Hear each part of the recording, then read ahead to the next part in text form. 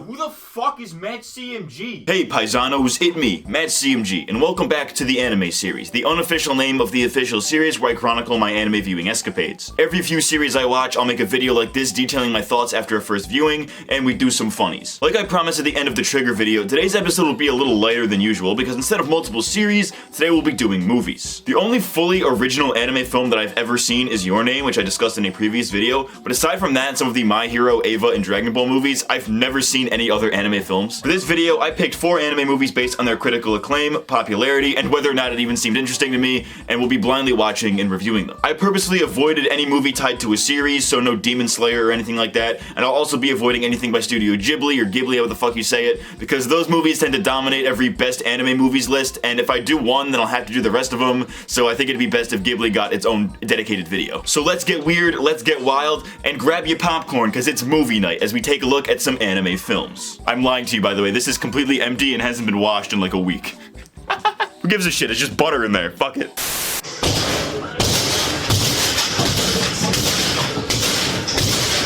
First up, we're going balls to the walls right off the bat, so let's talk about the most influential anime of all time, probably the most influential piece of animation of all time. Akira, or Akira, however the fuck you say it. No matter if it's Western animation, anime, fucking French, Korean, whatever kind of animation it is, chances are Akira probably influenced it in some way. The iconic bike shot, the Akira slide, has been recreated by literally everything. The movie has been parodied and referenced by shows like Rick and Morty, and was the inspiration behind icons like Cowboy Bebop, The Matrix, Star Wars, and even the music video for Kanye West's Stronger. Like, I'm pretty sure I knew about this movie before I even knew what a fucking anime was. Like, that's how big of a deal it is. Needless to say, my expectations were pretty high, and I think it more than met those expectations, even though it wasn't exactly what I was expecting. I realize that makes no fucking sense, but bear with me, it'd be like that sometimes. But because of the nature of this movie, I don't think I could talk about it properly without spoiling it like we normally do, so the first part of this section will be spoiler-free for those who somehow haven't seen it. It's like a 30-year-old movie, it's super accessible, there's no excuse to not have seen it. This shit is on fucking Tubi. I know y'all are sleeping on Tubi. Anyways, enough bullshit. Let's get into it. Akira takes us to an alternate Japan, where a sudden event in 1988 destroys Tokyo. This triggers World War III, the events of which turn Neo-Tokyo into a dystopian city in the year 2019. Neo-Tokyo is home to violent protests and civil unrest and has devolved into a police state. As a result, crime and gang violence are pretty rampant as well, and this is where we meet our 2 protagonists. Tetsuo, a biker who develops psychic powers, and his best friend Kaneda, who is dripped the fuck out. This motherfucker is icy, my guy. Absolutely dripping. After an incident, Tetsuo gets taken by the Japanese government who want to study and control his abilities, which prompts Kaneda to go looking for him. This is about as much as I could say in a synopsis without spoiling anything, so from here I'll do a little spoiler-free analysis and review, then we can get to the juicy stuff. Firstly, let's talk about the animation. There isn't a single shot in this movie where something isn't moving. Near the end is where shit gets really off the wall insane, but the whole movie is just so fluid. Like, there is shit moving here that doesn't need to be moving, which is a level of detail is truly quite impressive. And keep in mind, this was in 1988, before computer animation was really a thing, so this thing was animated almost entirely on cells. According to the good old Wikipedia, over 160,000 individual cells were used, which is fucking wild. However, despite the insane animation, I wasn't too keen on the character designs themselves. Like, the cyberpunk aesthetic is cool, and some of the characters stand out. Kaneda is dripping, like I said, but I found it to be a really weird choice to have Tetsuo and Kaneda look so similar in the beginning. As the movie progresses, it becomes easier to distinguish them, but for like 30 minutes I was identifying them from their clothes. Almost all the faces look the same, and I'm guessing that's just an art style thing, but I just wasn't too crazy about it. That's gotta be racist. There's no way. Additionally, it took a little while before I got really invested in any of these characters. You get a hint at what their personalities are at first, but they don't really give you a whole lot to go off of. The character we get the most from at first is Kaneda, which is fine, but I feel like Tetsuo was just kind of some guy until he got his powers. After that point, he's fine, a lot of depth there, but we really don't get to know what he's like before that. One thing I will say is that this is not a fun movie. Don't go into this expecting some feel-good anime hype shit, because it's quite the opposite. It's brutal, it's tragic, it's morbid, it's existential. It's very artsy at times, and its complexity might cause people to dislike it, which is to be fully expected. It's from the late 80s, times have changed since then, I wouldn't expect modern audiences to immediately grab onto it. It's definitely not for everybody. Now let's get into the spoilers, so this is your official spoiler warning. If you haven't seen Akira, and we ain't talking Asa Akira, I'd highly recommend watching it without spoilers. So go watch it, then come back to this video or skip to this timestamp to get to the conclusion. You'll thank me later. Have you ever seen Akira? Of course I've seen Akira! Anime is very mainstream right now! Okay, we good? We good? So, that was a fucking wild ride. When I said this exceeded my expectations without being what I expected, here's what I mean. All my preconceived knowledge of this movie, like the poster and the Akira slide shot, I thought this was gonna be a racing movie. Can you blame me? That motorcycle is fucking everywhere. But I was pleasantly surprised to find it was more of a psychological thriller filled with government conspiracies, extrasensory perception, and world-ending circumstances. I can't say with any level of certainty that I knew what the hell was going on at any given time, but from what I understand, Akira was a kid with ESP who caused the destruction of Tokyo in '88. He was tested extensively and had his body parts separated and preserved for future use, and years later Tetsuo starts exhibiting the same abilities. He later merges with Akira and creates a universe.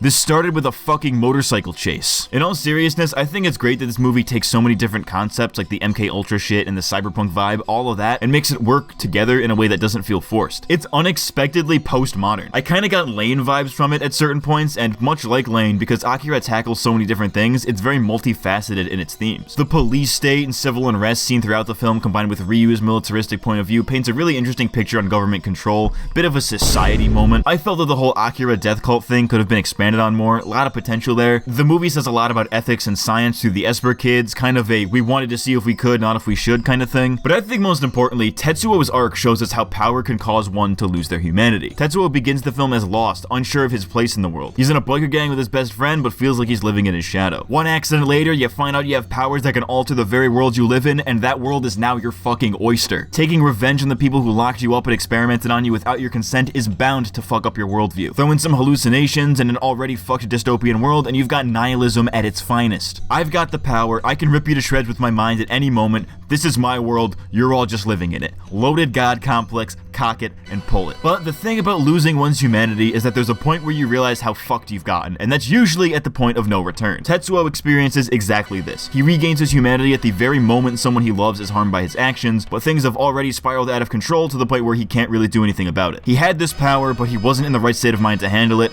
and everybody ended up worse off for it. I'm probably explaining this horribly, but it's genuinely deep, and you guys know I don't use that word lightly. But the beauty of Akira is that this isn't the only thing you can get out of it. Like I said, there are so many different themes present within the movie and so many ways to interpret it, many of which are intertwined with each other, offering many layers of depth for viewers to digest. Apparently, from what I've seen in my post-viewing research, the manga for Akira is way different and has its own set of themes that aren't in the film, and while I haven't read it because I'm busy reading a different manga right now, I'd still recommend it for the full experience. Overall, I really fucking liked Akira. It's one of those things I'll need to watch more than once to really understand fully, but even just after a first viewing left me thinking about it for days. I can see why so many other works of fiction take inspiration from Akira because there's just so much to it. Its morbid brutality inspired other anime to do the same, its cyberpunk setting brought that genre to a whole new level, and its prevalence in the 90s paved the way for anime's mainstream appeal in the West long before we got Pokemon or Dragon Ball. It's truly a legendary film, and if you're an anime fan or just a fan of animation in general, I think you owe it to yourself to watch this film at least once in your life. Pay respect to one of the greats. The entertainment industry would not be the same if not for this movie, even though it isn't really the friendliest film in the world in terms of likability to the average person.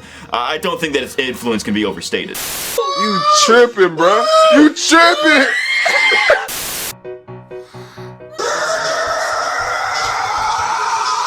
Next on the agenda is a film that I've been meaning to talk about for a while now, and that has been recommended to me by many of you, 2016's A Silent Voice. Also known as The Shape of Voice, this film made waves when it first came out due to its subject matter, which I'll of course get into, but much like Akira, I had pretty high expectations going into it. I think it definitely met those expectations, but at the same time I have kind of a weird relationship with this movie. Of course, I'll explain as we get into this, so let's get into it. That was redundant.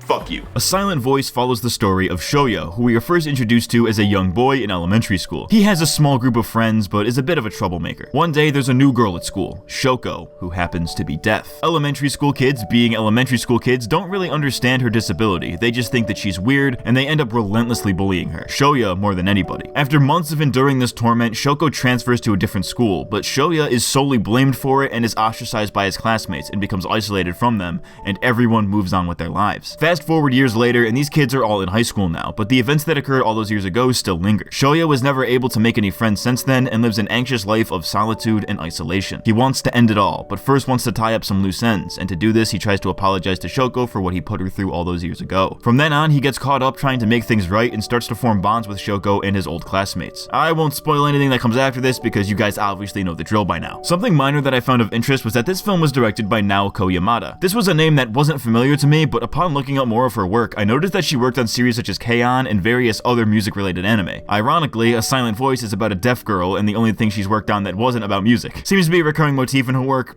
Just something I've noticed. So the first thing that sticks out to most people is the whole bullying thing, which makes sense. It's a big part of the story, and knowing anime fans, it's clear that bullying is a sensitive issue to them. As somebody who was bullied as a kid, I'm actually pro-bullying. We need to bring bullying back. Obviously, you shouldn't bully people for things that they can't control, such as like a disability or something, which is what makes the actions of these kids so reprehensible. But if you're being socially inept for no reason, like you're being like trying to be like the quiet, edgy anime guy in school or whatever, like you need to get that shit bullied out of you before you get into the real world. I'm only like half kidding, by the way. Jokes aside, as somebody who was bullied around that age, I definitely felt for Shoko, but at the same time, you do get Shoya's perspective on the whole thing. He feels real remorse for his actions. He knows there's no justifying them, but the viewer still roots for him. We know he isn't a bad person despite what he's done, and we want to see him right his wrongs. It's a story of redemption in a way, and that's definitely the real takeaway of this part of the story. The moral isn't that bullying is bad, because that's obvious. In fact, Yamada has gone on record stating that showing the dangers of bullying was not her intention. The moral is that despite doing bad things, people can make the choice to better themselves, and that the person you were 5 years ago isn't the same person you are today. The other side of the story is about self-respect, something that our two main characters seem to lack, but is best seen with Shoko. Of course, her disability and the bullying that resulted from it was what caused this, but it just goes to show how poorly the disabled are treated in our society. You have a kid with a disability that prevents them from effectively participating in normal society. They get mistreated for that inability to participate in society, so they go their entire lives thinking that they're less of a person because of it. That sound familiar? It's no wonder there's a link between self-esteem issues and people with disabilities, and this film captures that perfectly with Shoko. The bullying that Shoya and the other kids imparted on her ruined her self-image, and she carries it with her for her whole life, and it serves as her main arc for the movie. I can't necessarily relate to this because I'm a massive narcissist, but it does kinda hit different. Obviously, I don't have time to get into everything this movie does well. It's well animated, the soundtrack is pretty good, and it has more going on thematically than the two examples I just gave, and believe me, I've got more in the tank with that. What I want to talk about right now are the characters, because some of these kinda pissed me off, and I might get shit for this because this is such a highly praised film, but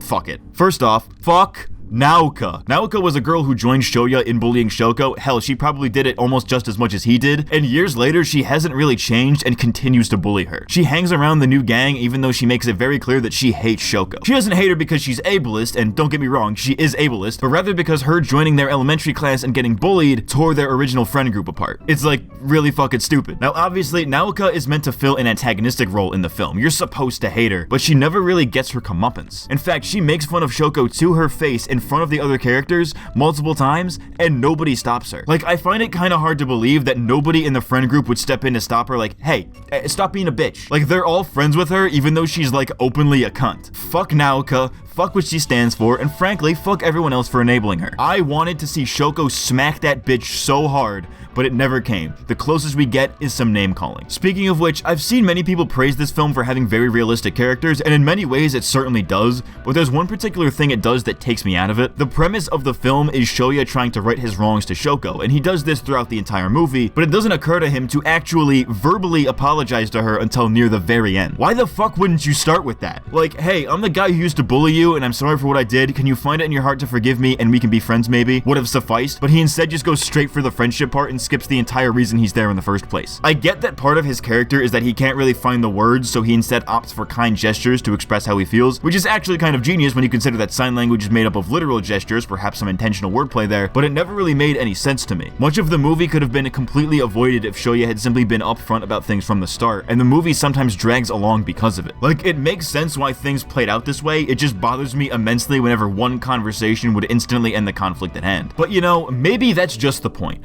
One conversation can't fix everything. They often say that actions speak louder than words, and I think that's an apt way to describe a silent voice. Saying you're sorry is one thing. Actually being sorry and proving it is another. Shoya could have easily just left Shoko alone and their lives would have been fine, but he chose to befriend her, he chose to befriend the rest of the group, and he chose to stick his neck out for Shoko when he really didn't have to. It wasn't always easy. There were moments along the way where things didn't seem like they would work out, times where cutting and running seemed like the better option. But in the end, it wasn't. Giving up on your problems and giving up on other people because of your own actions or even the actions of others is no way to live. The world is so much brighter when you stop shutting people out and start viewing people as people. Silent or not, everyone has a voice. And if you want a better view of the world and the people in it, it's time to start listening. A Silent Voice was a film that I really enjoyed while watching it, but it definitely took about a day or so before it really hit me, before I got it. While I had my admittedly pretty petty criticisms, this is a film that will most definitely stand the test of time and that I will definitely watch again at some point. It actually reminded me of Kniver in many ways, which I talked about in the Trigger video, and while I can't say which one I personally liked better,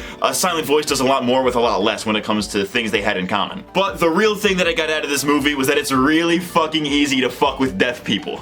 You can just say whatever you want in front of them, they won't know unless you're doing some fucking Naruto jutsus.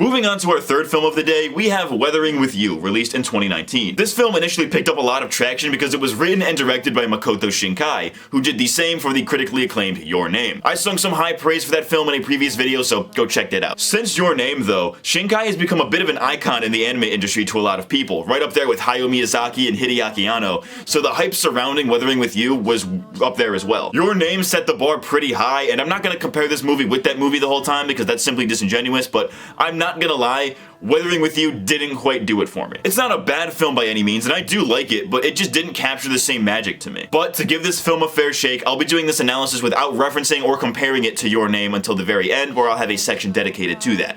Let's get into it. Weathering with You opens on a rainy night on a ferry, where we're introduced to Hodaka Morishima, a 16-year-old boy who runs away from home to live in Tokyo. Before he secures a job and a place to stay, he's out on the streets for a while, where he meets Hina Amano. A few chance encounters lead these two toward each other, and it's revealed that Hina is the fabled Sunshine Girl, a girl who can bring sunshine just by praying. The two start a business together, bringing about sunshine during an abnormally rainy summer for Japan. However, things don't go smoothly for very long, as the police are after Hodaka and Child Protective Services are after Hina and her brother, who are orphans.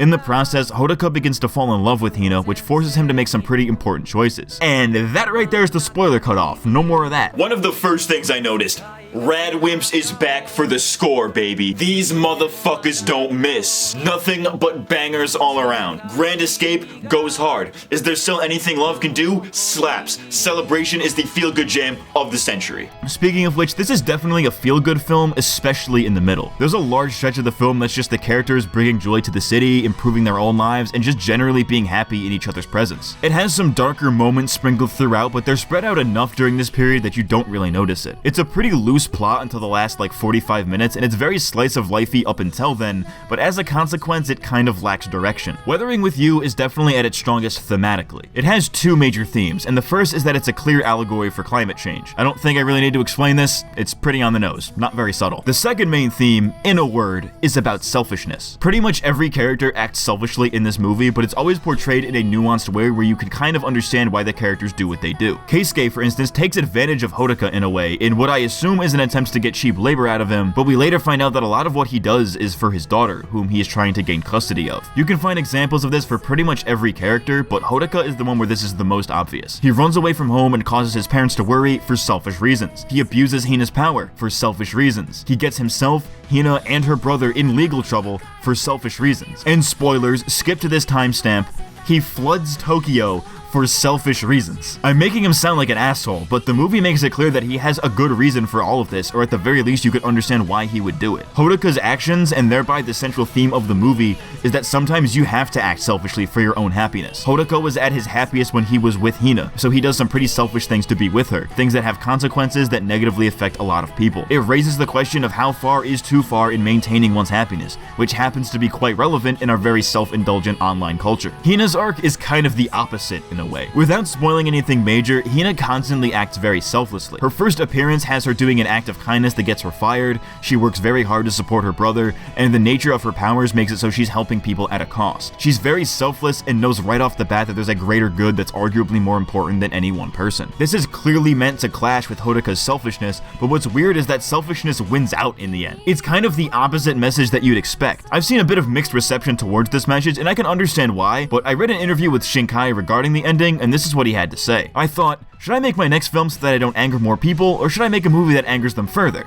And I chose the latter. Kind of based, but at the same time, is it really worth muddying your own theme for a subversion like that? Like, the message was clearly that being selfless was the harder choice, but ultimately for the better, but then that's flipped on its head to be what I mentioned earlier with being selfish to be happy. It's a weird message to present, and I can see why it didn't sit right with people. That's all fine and dandy, but here's the part where I compare this to Your Name, because it's honestly just kind of impossible not to. As competent of a film as Weathering With You is, it'll unfortunately always be stuck in the shadow of its predecessor. Your Name looks better, the characters are much more relatable, and it hits all the emotional notes that Weathering With You just doesn't. Which is unfortunate, because Weathering With You clearly tried to have its big emotional moments. Like, it definitely tried to have its own Kateware Doki scene, and you'll know the scene when you see it, but it just didn't hit, at least not as hard. And that's not necessarily even the fault of the movie. Part of it is definitely the hype and the fact that Your Name set the bar pretty high for Shinkai's films. Which is definitely a testament to Shinkai's ability, but unfortunately means that everything after it is going to suffer in comparison. In fairness, it's hard to top a film like Your Name, but when you consider that Weathering With You is basically a follow-up to it, and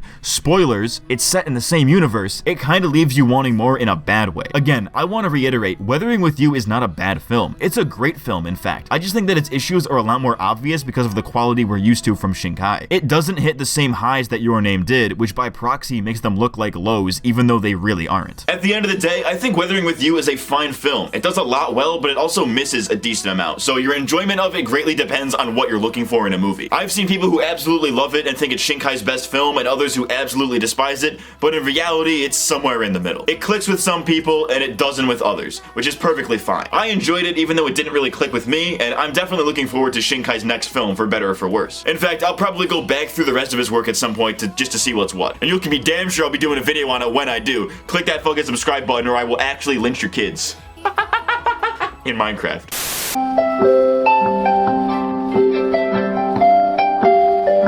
I'm fast as fuck, boy.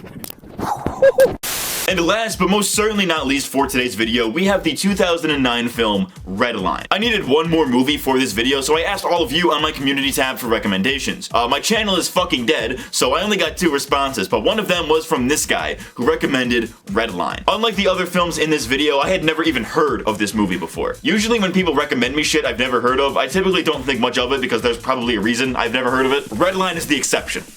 I went into it not really knowing what to expect, like maybe this would be an initial D ripoff, maybe like a speed racer type beat, but I was actually pleasantly surprised by this movie, so much so that I think it might be my favorite movie in this video. This is the same video with a silent voice and Akira, so you know I either mean business or have terrible taste. Every 5 years, the galaxy is taken by storm by the greatest racing event known to man and alien alike.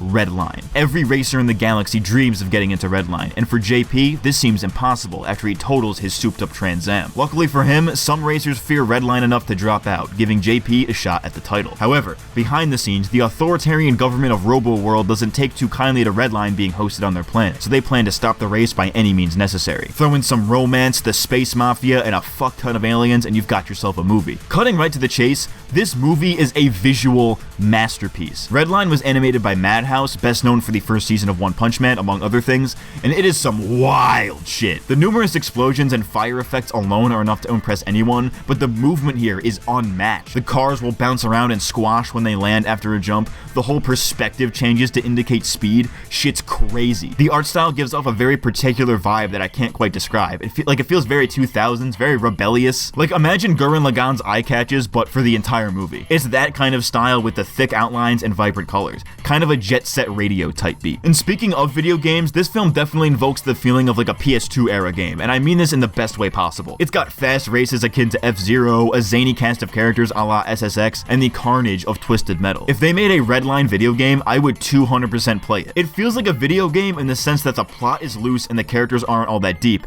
and it's all about the action and the style. It is style over substance, and there is nothing wrong with that. None of these characters are particularly deep, but they each ooze so much personality and are so enjoyable that it doesn't really matter. JP is our main protagonist, and he gets the job done. He's your typical aloof, cool guy, nothing really special about him, but fuck it, he's cool. Sonoshi McLaren, another racer in the Redline and the main love interest for JP, is arguably the character with the most depth. She gives us enough backstory for us to care, and it makes the ending all the more fulfilling. Severely disappointed at the lack of Sonoshi Rule 34 though. Artists, get on that shit. There are these little subplots sprinkled throughout the movie for many of the racers, and while they're never in your face about it, they're all just enough to give you a sense of their personalities and backstories without dedicating too much time to any of them. Frisbee is kind of an interesting character though. He gets involved with the mob to help pay for JP's races, but gets in too deep and loses himself in the process. It's not really focused on, but they do a lot with the little screen time that they give it. They kind of try to ham-fist a lesson in there about how it's better to be true to yourself than to chase the dollar, but it kind of falls flat because that's not really the main focus of the movie. I didn't go as in-depth with this one like I did the other movies in this video, and that's because it just isn't that deep, and there is nothing wrong with that. At the end of the day, this movie works best as dumb fun. Redline is some high-octane action with enough fast cars, explosions, tits, and funky-ass beats to put some hair on your chest and a wet spot in your pants. It's a banger. If you're looking for a fun, turn your brain off movie, I'd highly recommend Redline. I watched this during a pretty stressful week, and it was exactly what I needed to get my mind off of things. I don't know if this would be considered like a hidden gem, but it's definitely underrated. Deserves a lot more recognition.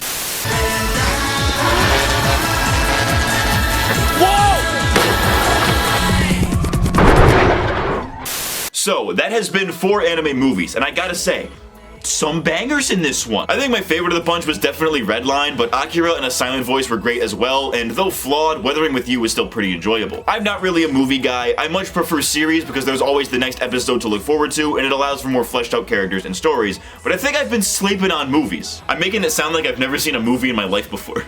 With a movie, I don't have to dedicate days or potentially weeks of my time to a story, just a few hours, and it's nice to have that self-contained experience every once in a while. But that's all for this video, so leave a like if you enjoyed it, leave a comment below letting me know what your thoughts are on any of these movies, and as always, I welcome your recommendations as well. Next time on the anime series, we'll be taking a look at the big 3 of shonen, so be sure to subscribe if you don't want to miss that video, and consider pledging to my Patreon if you want to see that video and all my other videos a day early. I've been MattCMG, and I'll see you next time. Thanks for watching.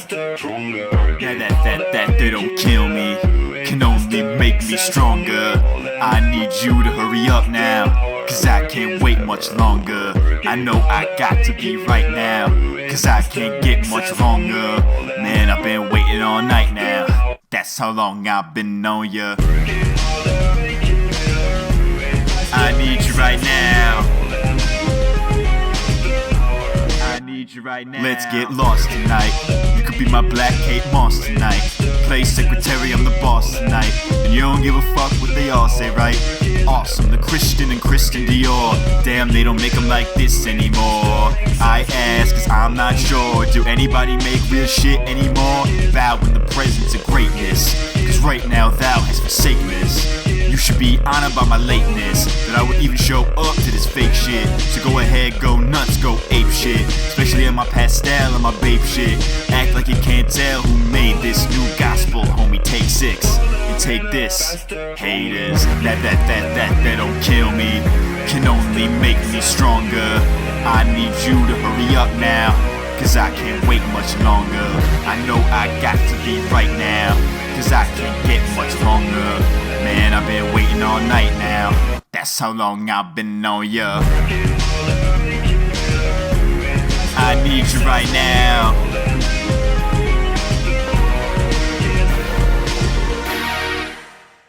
That was the whitest thing I've ever done in my life. Like, Alright, that's the end of the video. Thanks for watching. Fuck you.